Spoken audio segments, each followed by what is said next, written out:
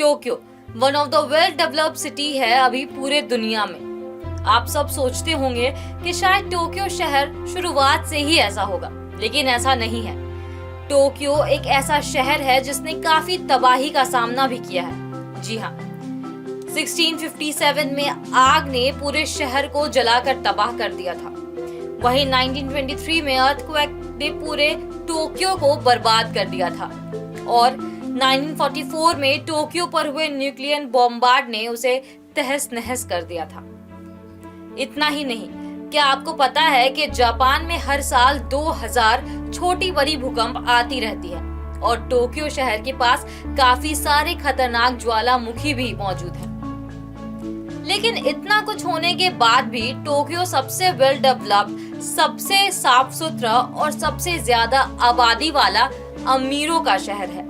लेकिन सवाल ये है कि इतनी सारी मुसीबतों का सामना करने के बाद भी टोक्यो आज one of the well developed and design city कैसे है? आइए जानते हैं।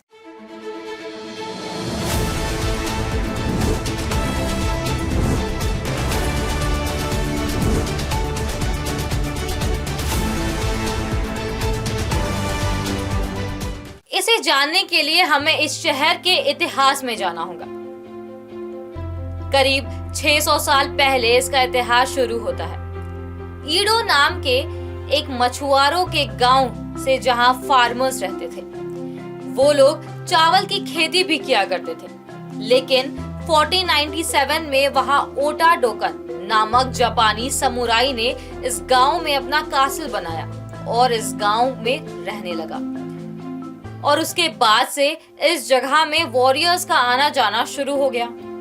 फिर आखिर 1600 में जापान के इतिहास की सबसे बड़ी बैटल में से एक बैटल, यानी कि बैटल ऑफ सेकिगारा हुआ। साल 1603 में ईडो जापान का सबसे बड़ा शहर बन गया था। लेकिन फिर सन 1657 में ऐसा हुआ जिसके बाद सब बदलने लगा। दरअसल ईडो के एक पुजारी ने अपना किमोनो जला दिया। आपको बता दे कि किमोनो जापान के पारंपरिक ड्रेस को कहा जाता है। उस पुजारी का कहना था कि किमोनो उनके लिए अनलकी था, लेकिन वो किमोनो पूरे शहर की तबाही का कारण बनी और उस किमोनो में लगी आग ने पूरे शहर को जलाकर राख कर दिया। लगभग 70% शहर 1657 में तबाह हो गया था।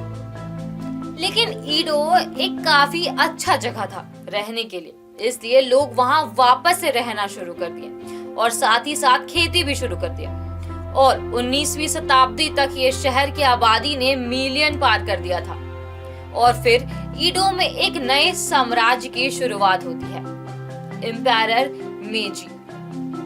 ये नई सरकार अभी के सरकार से काफी अलग थी और इन्होंने जापान की राजधानी को ईडो में शिफ्ट कर दिया था और इसका नाम बदल के टोक्यो रख दिया।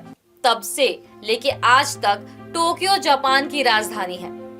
राजधानी बनने के बाद टोक्यो जापान का पॉलिटिकल हब बन गया था और यहाँ पे ट्रेड शुरू हो गया और यहाँ पैसे आने का साधन बढ़ गया, जिसके बाद यहाँ डेवलपमेंट एंड इंडस्ट्रियलाइजेशन की शुरुआत हो गई। कहा जाता है कि पैसा लोगों को अंधा कर देता है और यहाँ भी वही हुआ। पैसे आने के बाद यहाँ लोग बेपरवाह होकर जंगल काटने लगे, यहाँ पॉल्यूशन बढ़ने लगी, नदियों का पानी गंदा होने लगा। फिर 1923 में टोक्यो को काफी बड़ा धक्का लगा। इस शहर में 8 की तीव्रता का भूकंप आया था, जिसे द ग्रेट कांटो अर्थक्वेक के नाम से जाना जाता है, जिसके कारण शहर तबाह हो गया और टोक्यो को आर्थिक तौर पर भी काफी मुसीबतों का सामना करना पड़ा। लेकिन समय के साथ सब ठीक होता गया और 1927 में टोक्यो में सबसे पहली सबवे लाइन बनाई गई। वहीं 1931 में टोक्यो में जापान का सबसे पहला एयरपोर्ट बनाया गया और 1941 में लंबे समय से बंद टोक्यो पोर्ट को भी खोल दिया गया। धीरे धीरे सब ठीक होने लगा था कि जापान ने वर्ल्ड वॉर 2 में हिस्सा ले लिया और जापान ने 1941 के दिसंबर में अमेरिका के पर्ल हार्बर में हमला कर दिया और इस हमले ने जापान की मुसीबतों को बढ़ा दी। जापान उस समय काफी तबाही मचा रहा था और अमेरिका, फ्रांस और इंग्लैंड जैसे शहरों को लगा के जापान को काबू करना बहुत जरूरी है, जिसके बाद इन देशों ने जापान को काबू में करने के लिए टोक्यो शहर में बॉम्बार्डिंग करना शुरू कर दिया।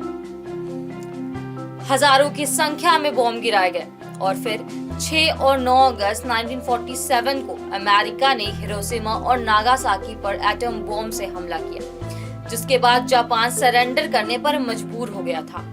इस हमले में टोक्यो के लोग भी भारी मात्रा में मारे गए थे, लेकिन उसके बाद अमेरिका ने अपनी गलती मानी और जापान को रीबिल्ड करने का वादा भी किया। इतना ही नहीं, जापान अपने आर्मी में काफी पैसा खर्च करता था, तो उस समय अमेरिका ने उसे सुझाव दिया कि वो अपने आर्मी को कुछ सालों तक बंद कर दे और अमेरिका उसके बदले उन्हें सुरक्षा देगी। और ऐसे ही समय बीतता गया और धीरे धीरे लोग गरीबी से बाहर आने लगते हैं और जापान तेजी से तरक्की करने लगता है और यहाँ की इकोनॉमी भी काफी सही हो जाती है। पूरी दुनिया में इसे इकोनॉमिक मिरेकल के नाम से भी बुलाया जाता है और टोक्यो 20 साल बाद पूरी मजबूती के साथ खड़ा हुआ। अभी देखा जाए तो टोक्यो एक परफेक्ट शहर का उदाहरण है। 1964 में यहाँ हाई स्पीड रेलवे भी शुरू हो गया था। अभी के टाइम में टोक्यो एक हाईटेक सिटी होने के साथ साथ एक काफी परफेक्ट सिटी भी है। तो आपकी क्या राय है इस पूरे रिपोर्ट में, हमें कमेंट करके जरूर बताएं। आज की वीडियो में बस इतना ही। मैं हूं मेघना साक्षी और आप देख रहे हैं युग अभियान टाइम्स। धन्यवाद।